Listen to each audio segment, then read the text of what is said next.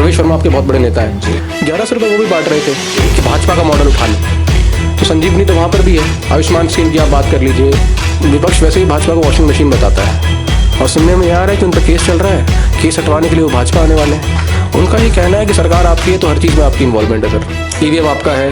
उन्होंने तो ये तक कह दिया कि पॉल्यूशन बोर्ड भी आपका। अगर ये सवाल पूछा जाता है तो वो ये कह देते हैं कि गांधी भी जेल गए थे, भगत सिंह भी जेल गए थे, और ये जेल हम नहीं गए हैं, भाजपा वालों ने भिजवाया है। जी, गांधी जी शराब घोटाला करके जेल नहीं गए थे, ठीक है जी। भगत सिंह जी शराब घोटाला जेल में उसमें नहीं गए थे।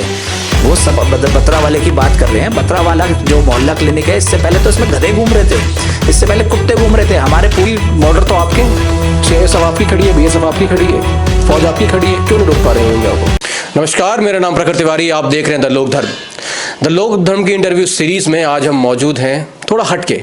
आज हम झाड़ू से कमल की ओर आ गए हैं। कमल दिल्ली में कई सालों से नहीं खिल पाया, पहले हाथ आता रहा, फिर झाड़ू आई, कमल की लुटिया बहुत समय से डूबी हुई है। इस चीज़ को उभारने के लिए इस बार भाजपा के नेता का पूरा जोर है, क्योंकि 12 सालों में और पिछले 10 सालों में केजरीवाल की झाड़ू सरकार के खिलाफ एंटी इंकम्बेंसी दिल्ली में पैदा हो गई है। इसी सिचुएशन का फ़ायदा उठाने के लिए और भाजपा को, कमल को आगे बढ़ाने के लिए हमारे साथ आज के नेता मौजूद हैं गगन श्रीलाल प्रधान।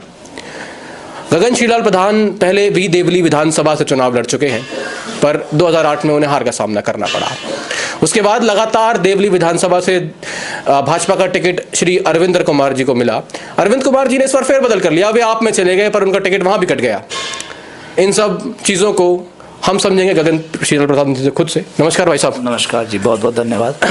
मेरा पहला सवाल मैं स्ट्रेट ले लेता हूँ आपसे, इतनी समस्या क्यों आ रही है सर इतने सालों से? देखिए, है क्या, आप जानते हैं कि हमारी जो भारतीय जनता पार्टी है वो जो कहती है वो करके दिखाती है। आज आप चाहे 2014 से देख लीजिए या उससे पहले देख लीजिए, जो जो चीज़ें हम अपने मैनिफेस्टो में बोलते हैं और उसको हम पूरा करके दिखाते हैं जहाँ भी हमारी सरकारें रही हैं।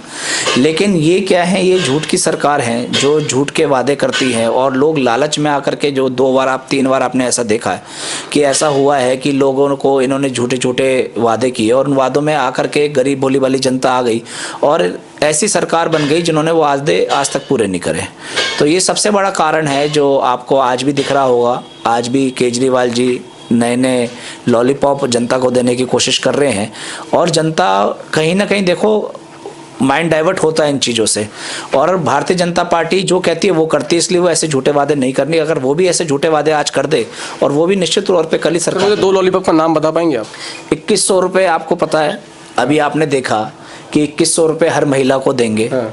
और संजीवनी जो इनकी संजीवनी नाम से 60 साल से ऊपर के बुजुर्ग हैं, उनके लिए ये सरकारी अस्पताल में, जहां आज आप चले जाइए रात के 3 बजे भी आपको 1-1, 1.5 किलोमीटर की लाइनें दिखेंगी। जनता बहुत त्रस्त हो रखी है, लेकिन ये लोग भ्रमित हो जाते हैं, उन्हें लगता है नहीं कोई बात नहीं, इस बार मिल जाएगा। और जिस घर में कहीं 2 महिलाएं हैं, कहीं 3 महिलाएं हैं, उसका दिमाग सीधे जाता है अगर 3 महिलाएं हैं तो या 6300 रुपये आएंगे, हमारे घर का राशन, बिजली, 2-3 काम हो जाएंगे।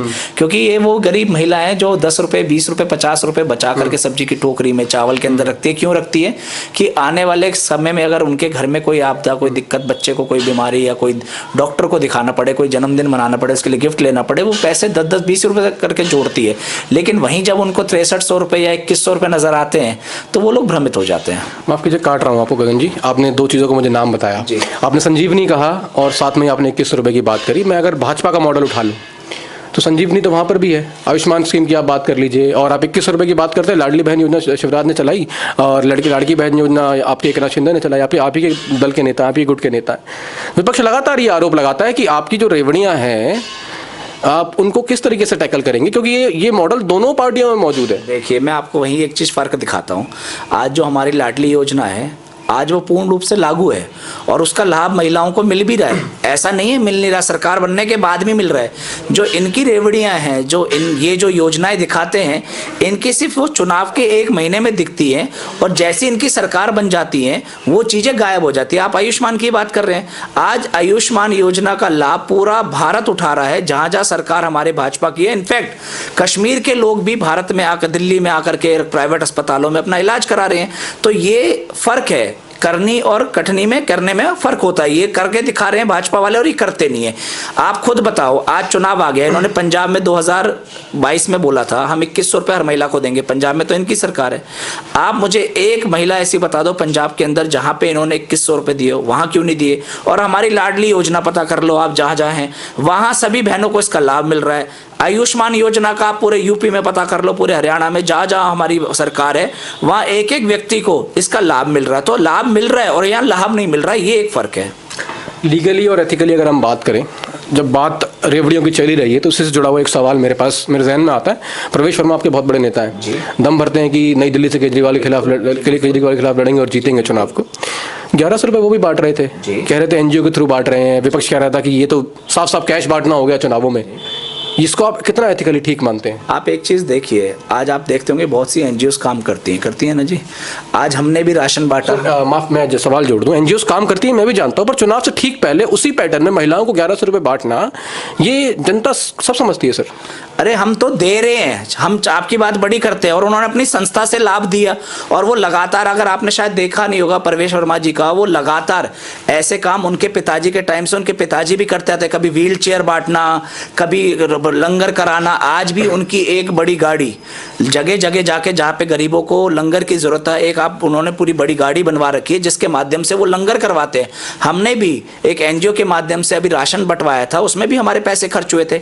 लेकिन आज हमारी लाडली योजना के बहन में दिल्ली में हम लागू नहीं कर पा रहे और उन्होंने वो चीज पूरी लीगली दिखा करके, कोई इलीगल तो नहीं है उसमें, पूरी मीडिया के अंदर है वो चीज सबको बता करके उन्होंने शो भी करा, खुद भी दिखाया है। और वो 1100 रुपये उन्होंने लीगल तौर से बांटे हैं। उन्होंने कोई ऐसे नहीं करा कि कोई छुपा करके लालच दे करके। और बहनों को सबसे बड़ी चीज मैं आपको ये बता दूं, यहां पे बोला जा रहा है 2100 रुपये आपको तब मिलेंगे जब आप झाड़ू की सरकार बनाएंगे।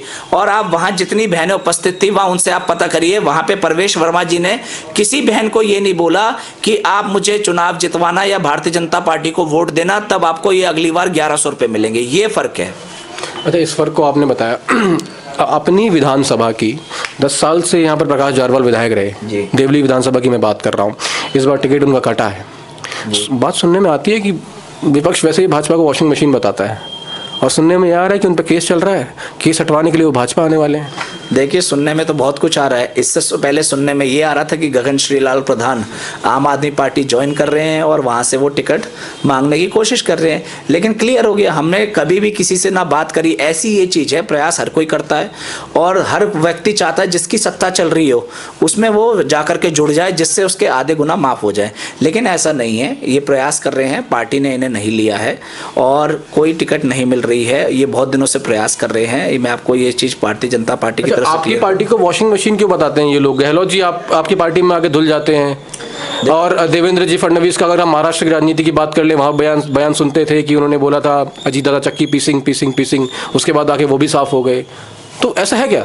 देखिए, ऐसा कुछ नहीं है, मैं आपको बताऊं। लेकिन ये क्या होता है, आप एक चीज़ बताओ, अगर आज कोई व्यक्ति सुधरना चाहता है और सुधर करके आपके साथ जुड़ना चाहता है तो उसको आप एकदम तो भगा नहीं सकते। तो हमारी पार्टी वॉशिंग मशीन का काम नहीं करती, हमारी पार्टी खराब आदमियों को ठीक करने का काम जरूर करती है। तो कारागृह कह सकते हैं आपकी पार्टी को? नहीं, कारागृह नहीं कह सकते। कारागृह में फर्क होता है, कारागृह में तो उनकी सजा काटी जाती है लेकिन ये कारागृह नहीं है। यहाँ अगर कोई व्यक्ति मौका चाहता है, हम उसको सत्ता का लालच नहीं देते। हमारी पार्टी सीधे कहती है, अगर आज कोई जुड़ना चाहता है जुड़ो, जुड़ने के लिए कोई मना नहीं है। लेकिन अगर आप सत्ता के भोग से आना चाहते हो तो वो चीज़ निश्चित तौर पे भारतीय जनता पार्टी में नहीं है। अच्छा, अगला सवाल मैं थोड़े बुनियादी मुद्दों की बात कर लेता हूँ। केजरीवाल जी कहते हैं कि हमने स्कूल अच्छे बना दिए, हमने अस्पताल अच्छे बना दिए, हमने मोहल्ला क्लिनिक अच्छे बना दिए। एक मैं अपनी ऑब्जर्वेशन आपको बता देता हूँ। मोहल्ला क्लिनिक से सर्वे मैंने बहुत किया हुआ है पूरे एरिया में, पूरे क्षेत्र में। दिल्ली में एक मोहल्ला क्लिनिक बत्रा अस्पताल में बना हुआ है जो कि डिसफंक्शनल है काफ़ी टाइम से, और दूसरा मोहल्ला क्लिनिक चिराग दिल्ली में सौरभ भारद्वाज के एरिया में बना है, वो A1 चल रहा है सर। और दूसरी बात ये, आप लोगों का लगातार ये आरोप उन पर रहता है कि अपने खुद के एरिया का मोहल्ला क्लिनिक उनका A1 चलता है, बाकी दिल्ली के नहीं चलते हैं। एक और बात आप लोग कहते हैं कि सत्येंद्र जैन जब थे दिल्ली के स्वास्थ्य मंत्री तो वो ठीक ठीक काम कर लेते थे स्वास्थ्य व्यवस्था में।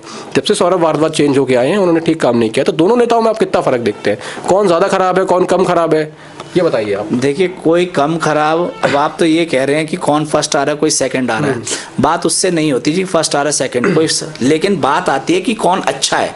आप जब सत्येंद्र जैन जी थे, आपने देखा वो कितने सालों से कहाँ बैठे हुए हैं, कारावास में बैठे हुए हैं। इनके 70 मोहल्ला क्लिनिक बैठे थे। मैं ये कहता हूँ, देखो हर आदमी की नीयत होती है काम करने की। आज कोई भी पार्टी किसी को टिकट देके देती है, उसकी नीयत खुद की होती है। आज इनके 63 हमारे इनके विधायक हैं और 7 विधायक हमारे थे। आज लेकिन सर्वश्रेष्ठ विधायक का जो अवार्ड मिला है, आपने देखा किसको मिला है? माननीय रामवीर सिंह बिदूड़ी जी को मिला है। क्यों नहीं मिला मुख्यमंत्री जी को? क्यों नहीं मिला आतिशी जी को? क्यों नहीं मिला अरविंद केजरीवाल को? क्यों नहीं मिला सौरभ भारद्वाज को? इनको मिलना चाहिए था ना सर्वश्रेष्ठ विधायक। अगर ये इतने अच्छे विधायक है, देश की जनता के लिए, दिल्ली की जनता के लिए, उनके हित में काम कर रहे हैं, लेकिन मंशा होनी चाहिए। इनमें से किसी की मंशा नहीं है। 70 विधानसभा में 70 मोहल्ला क्लिनिक में से मात्र 3, 4, 5 क्लिनिक चल रहे होंगे, जिनके विधायक को लगता होगा नहीं यार हम लोग थोड़े से अच्छा समाज सेवा करने आए। लेकिन सबकी अधिकतर जितने विधायक इनके रहे हैं, सबकी मानसिकता लूटने की है। आप बत्रा वाले की बात कर रहे हैं, बत्रा वाला जो मोहल्ला क्लिनिक है, इससे पहले तो इसमें गधे घूम रहे थे, इससे पहले कुत्ते घूम रहे थे। हमारे पूर्व सांसद रमेश बिदूड़ी जी ने जब इसका दिखाया, पूरा आकर के लाइव इसको दिखाया, तब जाकर के उसको रेनोवेट करा, उसके बाद ये बंद पड़ा है। आज कर्नाटका के लोग आकर के अगर दिल्ली में आके मोहल्ला क्लिनिक देख के जाते हैं तो वो ये कहते हैं यार इससे अच्छा मोहल्ला क्लिनिक तो हमारे हैं, हमारे यहाँ तो ब्लड टेस्ट भी होते हैं। यहाँ के मोहल्ला क्लिनिक में सर दर्द, पेट दर्द, हाथ दर्द, पैर दर्द, यहाँ तक कि फ्रैक्चर भी हो जाए तो भी उसकी एक ही दवाई है, पैरासीटामोल। उसके अलावा इनके पास दवाई नहीं है। आपने खुद सर्वे किया, आप खुद इस चीज़ को मानते होंगे कि मोहल्ला क्लिनिक में जिस तरह से क्लिनिक होना चाहिए था, आज आप किसी डॉक्टर की दुकान पर चले जाओ, आज वहाँ पे उसको 10 तरह की बीमारी होगी, वो उसको 10 तरह की दवाई दे सकता है, लेकिन मोहल्ला क्लिनिक में एक बीमारी का इलाज नहीं होता। मोहल्ला क्लिनिक की आपने बात कर ली। अगला सवाल मैंने जुड़ा स्कूलों से पूछा था सर। स्कूलों की अगर मैं अभी आपको ज़मीनी हकीकत बताऊं तो इंफ्रास्ट्रक्चर और बिल्डिंग्स हम देख चुके हैं, काफ़ी अच्छे बन चुके हैं। कुछ स्कूलों में दावा वो ये भी करते हैं कि हमने स्विमिंग पूल्स बनाए, वर्ल्ड क्लास स्पोर्ट फैसिलिटीज़ हम लोग दे रहे हैं। और आप लोगों का बार बार आरोप रहता है कि टीचर्स आते नहीं हैं, उनसे सवाल पूछा जाता है, वो कहते हैं कैमरे लगा, आप लोग चेक कर लीजिए। देखिए मैं आपको ये बताऊं, अभी वर्ल्ड क्लास स्कूल की आप बात कर रहे हैं, उन्होंने कहा था 500 नए स्कूल बनाएंगे, 20 नए कॉलेज बनाएंगे, कहा था जी। लेकिन इन्होंने क्या करा, इन्होंने पूरी दिल्ली के अंदर जो पुराने स्कूल थे, मुश्किल से उन स्कूलों में 10 स्कूलों को मॉडिफाइड कर दिया। और उन्हीं 10 स्कूलों को ये पूरे विश्व में, इनफैक्ट लंदन, अमेरिका, सब जगह, ऑस्ट्रेलिया, जितने भी कंट्रीज हैं, उसी 10 स्कूलों को दिखा करके उन्होंने प्रचार किया। आपको पता होगा दिल्ली का रिजल्ट अगर आपने चेक करा हो पिछले 4-5 सालों का, सबसे खराब रिजल्ट दिल्ली सरकार के स्कूल आ रहे हैं। अदर स्टेट्स के अंदर हमारा 21वां 22वां नंबर आता है। अगर हम इतने ही हाई फाई स्कूल अगर हमने दिल्ली को दिए होते तो आज रिजल्ट अच्छा आना चाहिए था। 9वीं के बच्चे सबसे ज़्यादा फेल करे गए दिल्ली के अंदर। तो ये स्थिति हमारे दिल्ली के अंदर है। स्विमिंग पूल से अच्छा अच्छी पढ़ाई होनी बहुत ज़रूरी है। स्विमिंग पूल भी ज़रूरी, स्पोर्ट्स भी ज़रूरी है, लेकिन अगर आप स्कूल तोड़ करके, स्कूल ख़त्म करके कि आप स्विमिंग पूल बना करके अगर वहाँ शिक्षा भी अच्छी नहीं दोगे तो कैसे काम चलेगा? अच्छा, आप ही के बगल के सीट के एक विधायक हैं 10 साल से, आम आदमी पार्टी से, राम पहलवान। उनका मैं इंटरव्यू कर रहा था पिछले दिनों। मैंने उनसे ईवीएम पे सवाल पूछे, वीवीपैट पे सवाल पूछे। उनका ये कहना है कि सरकार आपकी है तो हर चीज़ में आपकी इन्वॉल्वमेंट है सर। ईवीएम आपका है। उन्होंने तो ये तक कह दिया कि पॉल्यूशन बोर्ड भी आपका है। दिल्ली में पॉल्यूशन का आंकड़ा गलत दिखाते हैं आप लोग। वो कह रहे हैं गुड़गांव में 700 है, दिल्ली में 300 ही है, आप लोग गलत दिखा रहे हैं। अच्छा, आप एक चीज़ बताओ, जब हम 303 होते हैं, ठीक है जी, लोकसभा में मोदी जी जब 303 लेके आते हैं, हम हमारी मिलीजुली में 350 प्लस होते हैं, तब तो ईवीएम घोटालेबाज हो जाता है। आज मोदी जी 240 आए हैं तो उस पर तो कोई ईवीएम की बात नहीं कर रहा। अच्छा, इस पे वो लोग ये कहते थे कि कभी कभी हमें दिखाना पड़ता है ना कि हम सब कुछ मैनेज कर रहे हैं, तो कभी हार के भी दिखा दे, किसी को डाउट ना जाए या शक ना हो इस बात पे। जी, राजस्थान में हम हार गए तो हम जानबूझ के हार रहे हैं। अगर हम लोग हिमाचल में पहले हार रहे थे तो हम जानबूझ के हार रहे। ये सब कहने वाली बातें हैं। आज दिल्ली में आपको स्थिति पूरी देख रखी है। आज हर जगह पूरी जनता त्राई त्राई देख रहे हैं। अभी आप संगम विहार में घुस के आए हैं, आप खुद बताओ, 12 साल से सरकार इनकी यहाँ 2013 से चल रही है, पहले 6 महीने की रही, फिर लगभग 11 साल इनकी सरकार रही। आपको लगता है कि यहाँ पे ये रोड की हालत ऐसी होनी चाहिए? सर, वो एमसीडी का आरोप लगा देते हैं। एमसीडी भी इन्हीं की है। एमसीडी का आरोप क्या लगाएंगे? एमसीडी तो इनके पास आने के बाद और ज्यादा खराब हो गई है। 2 साल से एमसीडी इनकी है, पूरी दिल्ली में कूड़ा और ज्यादा फैल गया। वो लोग ये कहते थे कि पहले इनके पास थी तो इन्होंने इतना खराब इंफ्रास्ट्रक्चर एमसीडी कर लिया, हम लोग तो सुधार नहीं पा रहे हैं अभी तक। हम लोग 0 पर ले आए हैं, हम लोग 5 पे ले जाएंगे, 6 पे ले जाएंगे, 7 पे ले जाएंगे। वो नेगेटिव में ले गए थे। आप ठीक कह रहे हैं, ये लोग सुधार नहीं पाएंगे, इसलिए अब एमसीडी में भी हटा देंगे। और ये सुधार नहीं पाएंगे, इसलिए भी हम उन्हें दिल्ली सरकार से भी हटा देंगे। कूड़े का पहाड़ हटा नहीं पाए, ठीक है जी, तो अब हमारे बीजेपी वाले जिम्मेदार है। आज 2100 रुपये महिलाओं को दे रहे हैं, इनकी आपस में मीटिंग हुई है। 2100 रुपये नहीं दे पाएंगे तो पब्लिक को कह देंगे अरे मोदी जी नहीं दे रहे थे। अगर दे दिए तो हमारी वाह है, नहीं दिए तो मोदी जी जिम्मेदार, दे तो ये पाएंगे नहीं। तो उसमें कल्प्रेट लास्ट में कौन होना है? मोदी जी। तो ये ऑटोमेटिकली सीधा केंद्र के ऊपर और हमारी बीजेपी के ऊपर आरोप लगाने का काम। दिल्ली का चुनाव भी अब मोदी जी के चेहरे पर लड़ रहे हैं। देखिए मैं आपको बताऊं, मोदी जी पूरे देश का चेहरा है, ठीक है जी। और दिल्ली के अंदर ऐसे बहुत से राज्य हैं जहां हम लोग चेहरे पे नहीं लड़े मुख्यमंत्री के, और कुछ जगह लड़े हैं, लेकिन यहाँ अब इतनी त्राही त्राही मच चुकी है कि सब लोग एक बार बदलाव चाहते हैं। और मैं आपको बताऊं इस बार, क्योंकि 27 साल से हम लोग दिल्ली में नहीं हैं और जनता ने देख लिया दोनों पार्टियों के अंदर, ठीक है, अब वो बदलाव चाहते हैं। अब लोग भारतीय जनता पार्टी की तरफ रुख कर रहे हैं और निश्चित तौर पर एक मौका अब लोग भारतीय जनता पार्टी को जरूर देंगे। अच्छा, बैलेट पेपर पे क्या सोचना है आपका? वो लोग कहते हैं कि बैलेट पेपर आप वापस ले आइए, अमेरिका अब यूज़ नहीं करता ईवीएम, जर्मनी ने बनाया वो भी यूज़ नहीं करता ईवीएम, तो हमें पुराने मेथड पे जाना है, बैलेट से चुनाव करवाने हैं। 21वीं सदी चल रही है जी, हम लोग मंगल ग्रह पे पानी ढूंढ रहे हैं, पानी तो ये दे नहीं पा रहे दिल्ली की जनता को, और बैलेट पेपर पे चुनाव चाह रहे हैं। अब अमेरिका में क्या हो रहा है, जब हम लोग सत्ता में नहीं थे तब जब हम लोग कहते थे कि बैलेट पेपर, तब तो ये चिल्ला चिल्ला के बोलते थे नहीं जी ईवीएम ईवीएम ईवीएम। आज ईवीएम से ही, भैया बताओ 2014 में कांग्रेस की सरकार थी, सब कुछ इनके हाथ में था और ईवीएम ही था, तो भारतीय जनता पार्टी कैसे सत्ता में आ गई? ये कहने वाली बात है, ये इनका पुराना स्टाइल है। अगर जीत जाएंगे तो हम हैं, ठीक है जी, और नहीं जीत पाए तो केंद्र सरकार की गलती है, भाजपा की गलती है, मोदी जी की गलती है, सीधा आरोप लगेगा। एक पृष्ठभूमि पे सवाल पूछता हूँ। 2013 में जब अरविंद केजरीवाल जी अन्ना जी के साथ जुड़े, उनका सीधा नारा था कि लोकपाल बिल के खिलाफ, और वो लोग खड़े हुए वहाँ पर, जंतर मंतर पे आंदोलन हुआ। तब मेरी उम्र भी ज़्यादा नहीं थी, पूरा जन सैलाब उमड़ जाता था। अरविंद केजरीवाल जी किसी पार्टी से जुड़े हुए नहीं थे उस समय, अन्ना जी के साथ एक वो आंदोलन कर रहे थे, जनता का भरोसा खड़ा हुआ, भ्रष्टाचार के खिलाफ वो लोग लड़ने आए। उसके बाद आने के बाद उन्हीं की पार्टी पर शराब घोटाले के आरोप लगते हैं, भ्रष्टाचार के आरोप लगते हैं, सत्येंद्र जैन जेल जाते हैं, मनीष सिसोदिया जेल जाते हैं, अरविंद केजरीवाल खुद जेल जाते हैं, संजय सिंह जेल जाते हैं, मैं तो अगर नाम गिनाना शुरू कर दूंगा बहुत नेता हैं।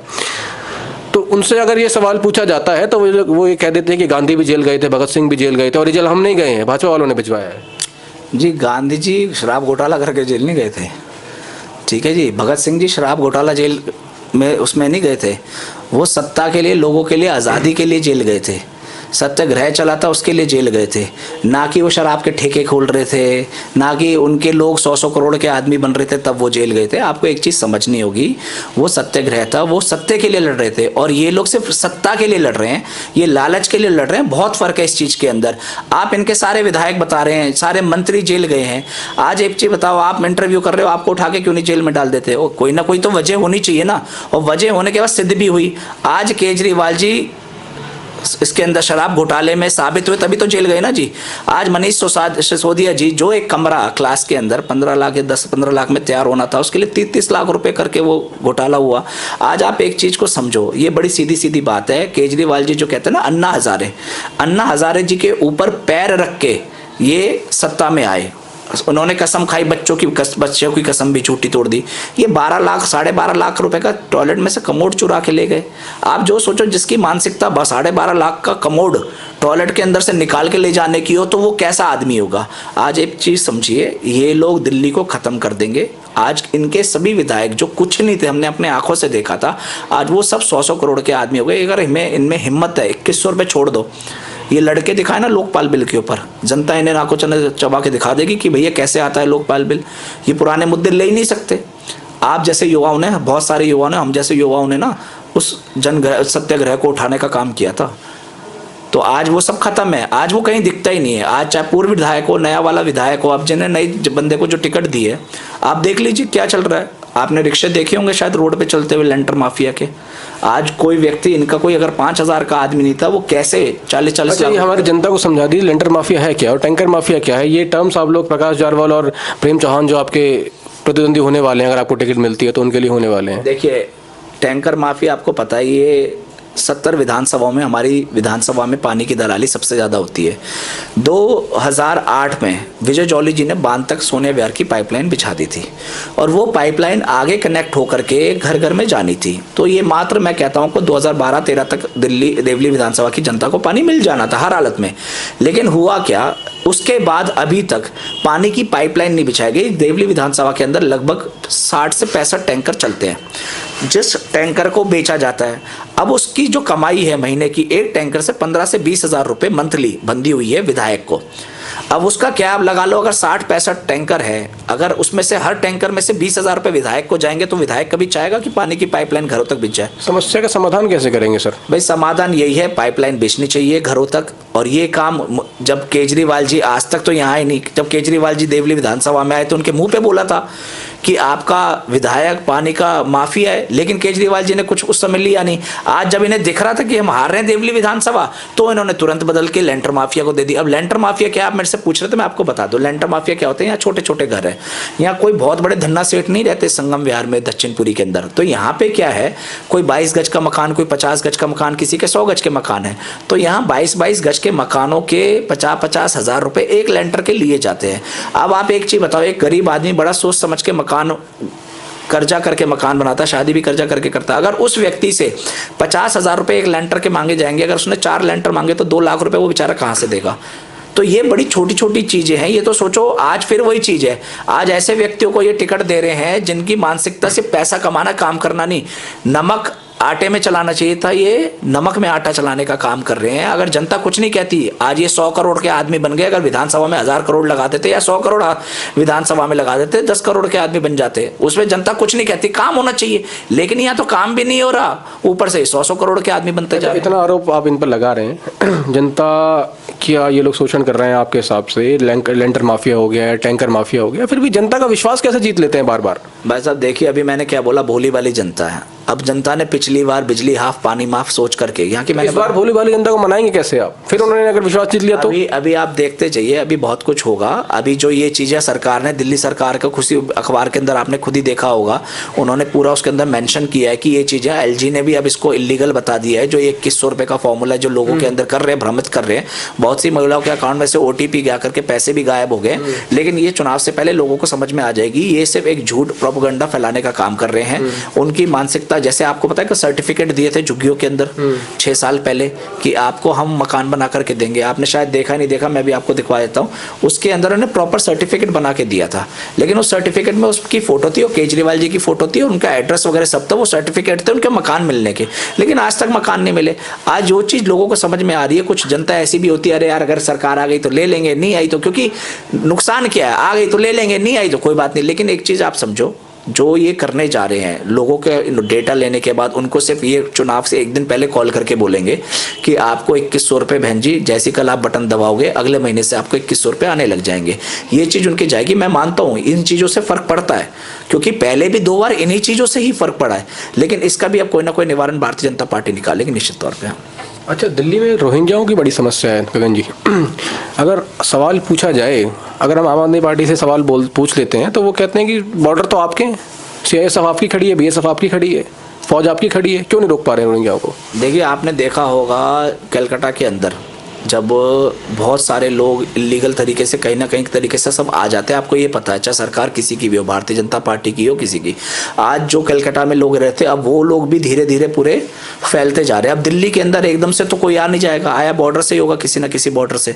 तो मिली जुली कहीं ना कहीं चीज़ें उसमें रही हैं। लेकिन मैं आपको बताऊं, दिल्ली के अंदर भी ये जो रोहिंग्या बसाने का काम किया है, अब इनके अमतुल्ला खान जो विधायक थे, वो इनको पूरी सुविधाएं दे रहे थे, बिजली फ्री दे रहे थे, 3000 रुपये दे रहे थे, सारी चीज़ें दे रहे थे। मैं ये कहता हूँ, जो जिस देश का उसको वहाँ रहना चाहिए। जो हमारे हिंदू हैं, हमारे हिंदू देश में रहने चाहिए। जो रोहिंग्या मुसलमान हैं, उनको वापस बांग्लादेश में भेजना चाहिए। बांग्लादेश में आपने देखा ही है क्या दुर्व्यवहार हो रहा है वहाँ पे हिंदुओं के साथ। लेकिन आपको पता ही है पूरे देश की पॉलिसी अलग अलग देशों की, इसमें एक देश चाहकर के भी कुछ नहीं कर सकता। पूरा विश्व इसके अंदर, पूरा वर्ल्ड इन्वॉल्व होगा, तो ये चीज़ उसके हिसाब से होगी और हमारे हाथ में ये नहीं है। तो बाकी देखते हैं सब, अब ये चीज़ पार्टी कर रही है, रोहिंग्या मुसलमानों को भी ध्यान दे रही है और बहुत जल्दी निश्चित तौर पे इस पर भी कार्रवाई होगी। जी, अगला सवाल मैं क्राइम के मुद्दे पे आना चाहूँगा। अगर मैं क्राइम की बात करूँ तो इसी इलाके में, देवली में, संगम विहार में, दक्षिणपुरी में, अगर मैं खानपुर तक भी चला जाता हूँ तो क्राइम की विकराल समस्या है। कुछ ही समय पहले हमने एक इंसिडेंट यहाँ पर देखा जहाँ पर गोविंदपुरी में एक पुलिस वाले की हत्या कर दी गई एक बदमाश के द्वारा, और इसी चीज़ को लेकर लगातार आरोप आपकी पार्टी के ऊपर लगाए जाते हैं। और दूसरी बात ये कि महिलाएं हमारे एरिया में सुरक्षित महसूस नहीं करती हैं। बेसिकली देवली विधानसभा, या मैं दक्षिणपुरी की बात कर लूँ या फिर मैं संगम विहार की बात कर लूँ, चेन स्नैचिंग की वारदातें आई है। तो क्राइम की समस्या, उससे कैसे जूझेंगे आप? देखिए, आज केजरीवाल जी ये कहते थे हमने क्राइम करने के लिए दिल्ली में केंद्र सरकार में आती है पुलिस, में मानता हूँ। लेकिन आज आप अपनी सुरक्षा करते हैं तो सबसे पहले क्या करते हैं कि एक सुरक्षा कर्मी खड़ा करते हैं या CCTV कैमरे लगाते हैं? सीसीटीवी कैमरे सबसे पहले लगाते हैं ना। अगर आज हमें अपनी सुरक्षा घरों की देखनी है, किसी की भी देखनी है, तो आज ये जो कहते थे हमने 10 लाख सीसीटीवी कैमरे लगा दिए, आप इनके किसी भी सीसीटीवी कैमरे, क्योंकि क्राइम वर्क करने वाले को भी पता चल गया है जो ये कैमरे लगे हैं उनके अंदर डीवीआर काम नहीं करते, क्योंकि कोई फुटेज निकालते हैं, कुछ भी फुटेज निकालते हैं तो उसके अंदर कोई रिकॉर्डिंग ही नहीं होती। तो आज जो ये सीसीटीवी कैमरे ढंग से लग जाएंगे, क्राइम में भी उसमें सुधार आएगा। और बाकी खुद मोदी जी इस चीज को देख रहे हैं निश्चित तौर पे क्राइम को लेकर के। आपको पता है कि जैसे वो जो पुलिस भाई के साथ हमारे हुआ था, उसके बाद एनकाउंटर वगैरह भी हुए। देखिए कुछ घटनाएं ऐसी होती जो चीज हमारे हाथ में नहीं होती। देवली गांव के अंदर घटना हुई थी, आपने देखा था कि एक परिवार के 3 लोग मार दिए गए थे, और उसके अंदर इन्वॉल्व कौन हुआ था? बेटा इन्वॉल्व हुआ था। तो ये कुछ घटनाएं ऐसी होती हैं कि जिसके अंदर हम लोग कुछ ना आप इन्वॉल्व हो सकते हैं ना कोई पुलिस इन्वॉल्व हो सकती है, जो घर की घटनाएं होती है। लेकिन निश्चित तौर पे इस चीज पे भी अच्छी चीजें करी जा रही है। और देवली के अंदर पहले से मैं आपको बता दूं, पुलिस ने अब जो एसएचओ आए हैं वो पहले से भी अच्छे आए हैं, पहले भी अच्छे थे, वो भी जनता के हित में काम कर रहे थे। लेकिन यहाँ पे आपको क्या है कि जो शराब के ठेके जो खुले हुए थे, आपने देखा वो भारतीय जनता पार्टी ने बंद कराए। अब क्या है, यहाँ पे छोटे मोटे लोग हैं, स्मैकिए ज़्यादा है, उन पे भी कार्रवाई करने की बात चल रही है और निश्चित तौर पे लगातार कार्रवाई हो रही है। मेरा मानना है इस चीज़ पे हम और सुधार करेंगे। अगर हमारी भारतीय जनता पार्टी दिल्ली में आती है तो क्राइम रेट में भी आपको 100% सुधार मिलेगा, क्योंकि इनके विधायक कभी इन्वॉल्व नहीं होते, जाके जनता की सुध कभी नहीं लेते। वरना मेरा मानना है कि एक विधायक का भी फर्ज बनता है कि एसएचओ एसीपी के साथ कभी बैठे और क्राइम को लेकर के बात करे। सिर्फ एक बीजेपी का फर्ज नहीं बनता कि जा करके वो क्राइम को देखेगा, इनका खुद। लेकिन आज तक का रिकॉर्ड है, कभी इनका कोई विधायक, कभी निगम पार्षद, कभी एसएचओ या एसीपी के साथ जाकर के कभी किसी क्राइम को लेकर के करने की बात पे नहीं बैठा होगा। अच्छा, आखिरी में हम बढ़ते हैं। अगला सवाल एलजी साहब पे मैं पूछना चाहूँगा। प्रेम चौहान का मैंने इंटरव्यू किया तो प्रेम चौहान ने कहा कि एलजी साहब तो तोते हैं सरकार के, जो बोलते हैं वो करते हैं। एलजी साहब का ये कमेंट भी आया कि आतिशी जो है 1000 गुना बेटर मुख्यमंत्री हैं अरविंद केजरीवाल जी से। इस बयान पर आपका रिएक्शन चाहूँगा। और दूसरी बात, क्या एलजी सरकार, जैसा प्रेम चौहान ने कहा, कि सच में तोते हैं सरकार के? अब आप ये देखिए, वो कहते हैं कि फाइलों पे हमारी साइन नहीं किया जाता है, हम कोई स्कीम लेके जाते हैं तो वापस भगा देते हैं, हमें मीटिंग्स में नहीं बिठाते हैं। अब 2100 रुपए जैसी स्कीम लेके जाएंगे तो कौन सा एलजी साइन करेगा? आज आप इनका बजट 70,000 करोड़ के आसपास है। पहले ये दिल्ली की जनता के लिए खुद बताते हैं कि हम 10,000 करोड़ शॉर्ट पड़ते हैं, ऊपर से ये लगभग 27 से 30,000 करोड़ की नई स्कीम लेकर के आएंगे, तो ये पैसा कहाँ से मिलेगा भाई? एक बजट सब पूरी दिल्ली के अंदर नहीं, पूरे देश के अंदर सब स्टेट्स के लिए एक नियमित तौर पे दिया गया है। अब उस बजट के हिसाब से सबको काम करना पड़ता है। एमसीडी की तनख्वाह है, डीडी की है, सारी चीजें हैं। लेकिन अगर आप जब फ्रीबीज लोगों को दोगे, नई नई चीजें दोगे, तो वो कहां से करेगी? करना तो आपको ही है ना जी उस बजट के अंदर। लेकिन क्या अब आप देखिए, आज एलजी ने तारीफ करी, तब क्यों नहीं तोते हुए? भाई जब आतिशी की जी तारीफ कर रहे हैं, कुछ सोच समझ के तो तारीफ करी होगी, या सिर्फ उनको चढ़ाने के लिए, केजरीवाल को चढ़ाने के लिए? भैया जब कोई काम, तो तारीफ करे तो उन्हीं को मुख्यमंत्री रहने दिया जाए फिर? नहीं, ये हमारा, हम थोड़ा ना तय करेंगे, ये तो उनकी पार्टी तय करेगी। और पहली बात मैं आपको बता दूं, उनकी सरकार बन नहीं रही, तो उनका कोई मुख्यमंत्री नहीं होगा। इस बार आपको भारतीय जनता पार्टी का मुख्यमंत्री मिलेगा निश्चित तौर पर। अच्छा, थोड़ा सा आगे बढ़ते हैं जगन जी। समस्या दिल्ली की बहुत सारी हैं। अगर हमने एलजी साहब के बारे में बात कर ली, पानी की समस्या की बात कर ली और क्राइम की समस्या की बात कर ली, अगर आप यहाँ से चुन के आते हैं, और चुनने से पहले मेरा सवाल ये रहेगा कि किसको टिकट मिलने का चांस है देवली विधानसभा से? देखिए, पार्टी, हमारा जो पार्टी का कमल का निशान होता है वो कैंडिडेट होता है। आप ठीक है, चेहरा मैटर करता है, ये पार्टी तय करेगी। और हमारे यहाँ से बहुत लोग दावेदार हैं और हर जगह से होते हैं। लेकिन अच्छा, वीरेंद्र जी को मुख्यमंत्री का चेहरा मान सकते हैं दिल्ली चुनाव में? ये पार्टी तय करेगी सर। हम तो छोटे से कार्यकर्ता हैं, हमारे वो भारतीय जनता पार्टी के माननीय अध्यक्ष हैं, एक बड़ा चेहरा है। पार्टी तय करेगी, जिसे भी पार्टी बना के देगी, हम लोग दिल से उन्हें लेंगे और उनके साथ मिलजुल के काम करेंगे। आखिरी में कॉमन सवाल सबसे करता हूँ, अगर आप यहाँ से चुन के आते हैं टिकट मिलने के बाद, तो पहले 3 काम आप इस विधानसभा के लिए क्या करेंगे ताकि ये विधानसभा देश में स्टैंड आउट कर सके? देखिए, मेरा सबसे पहला काम पानी होगा। जैसे मोदी जी ने कहा, दिल्ली के अंदर अगर हमारी सरकार बनती है 2025 के अंत तक हम घर घर के अंदर नल से जल देंगे। और ये मैं काम करूंगा क्योंकि यहाँ की जनताओं को मैं देखता हूँ रात के 3-3 बजे उठ के पाइपलाइन जोड़ करके पानी वो लेते हैं, वो मेरे से देखा नहीं जाता। तो सबसे पहला मेरा जो काम होगा वो पानी का होगा। हर घर के अंदर बिना दलाली के पानी देना मेरा सबसे पहला काम होगा। दूसरा मेरा जो काम होगा वो सड़क और सीवर होगा, क्योंकि बारिश में आप देखते हैं कि जैसे बारिश होती है, अभी आपने ऑफिस के आगे भी देखा है, इनके पूरे जो बड़े सीवर है वो बंद पड़े हुए हैं, जिसकी वजह से पूरी गलियों के जितने भी सीवर है वो ओवरफ्लो हो रहे हैं और कीचड़ हो रखी है। और बारिश के बाद यहाँ पे जब लोग बहन बेटियों को अपना ऑफिस जाना होता है, दिक्कत होती है, बहुत सारी दिक्कतें, बच्चों को स्कूल जाना होता है तो बाइकें फिसलती है, रोड एक्सीडेंट होते हैं। तो मेरा दूसरा सबसे जो बड़ा काम होगा वो यही रहेगा कि सीवर और सड़क ये जो अच्छी दी जाए। और तीसरा मेरा जो महत्वपूर्ण काम होगा वो यहाँ के अंदर अपना अच्छा अस्पताल और स्कूल, ये मेरे को देने हैं सबसे पहले। बहुत बहुत धन्यवाद गगन जी बात करने के लिए और बहुत बहुत शुभकामनाएं चुनाव के लिए। हमने बात करी गगन श्रीलाल प्रधान से, इस बार दम बन रहे हैं देवरी विधानसभा से, अभी टिकट क्लियर नहीं है। राजकुमार चौटाला, मीरा पहाड़िया और गगन जी जैसे नेता देवरी विधानसभा से टिकट लेने के लिए प्रयास में लगे हुए हैं। खबरें ये भी हैं कि प्रकाश जारवाल भी टिकट ले सकते हैं। हालांकि भाजपा के नेता लगातार इस बात को नकारते रहते हैं। देखने वाली बात ये होगी कि देवरी विधानसभा से इस बार जीत का परचम कौन लहराता है, चाहे वो प्रेम चौहान हो, चाहे वो गगन श्रीलाल प्रधान हो। लेटेस्ट अपडेट्स के लिए देखते रहिए द लोक धर्म। कैमरामैन संदीप शर्मा के साथ मैं प्रखर तिवारी, बहुत बहुत धन्यवाद।